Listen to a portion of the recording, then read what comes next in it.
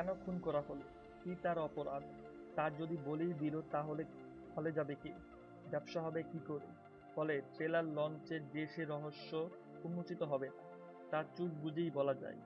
হলো তাই। আজ সকালে বাহুবলী 2 এর ট্রেলার লঞ্চের পর দেখা গেল ঠিক তাই। কাটাপ্পা খুন করছে বাহুবলীকে। বাকি জানতে আসতে হবে সিনেমা হলে। তবে মিডিয়া হাইপে দেশজুড়ে পরিচালক, প্রযোজক এই প্রশ্ন ছড়িয়ে দিতে সক্ষম, বাহুবলীকে কিউ মারা। এটাই বোধহয় প্রমোশনের নতুন সংজ্ঞা। ট্রেলারে শুরু হয়েছে অমরেন্দ্র বাহুবলীর শপথ গ্রহণ দিয়ে। রাজ্যভার যখন বাহুবলী নিজের হাতে তুলে নিচ্ছেন সেই দৃশ্য দিয়ে।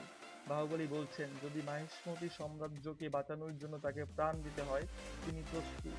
পরের কাট মাতা শিবগামী দেবীর পায়ে হাত দিয়ে শপথ গ্রহণ। কাট টু কাট বাহুবলীকে খুনের দৃশ্য। এরপর গল্প চলে গেল ফ্ল্যাশব্যাকে।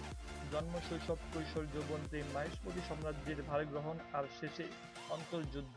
এখানেই প্রবেশ আনুশকা শেট্টি। ছবিতে নাম দেবসেনা, তিনিও যোদ্ধা।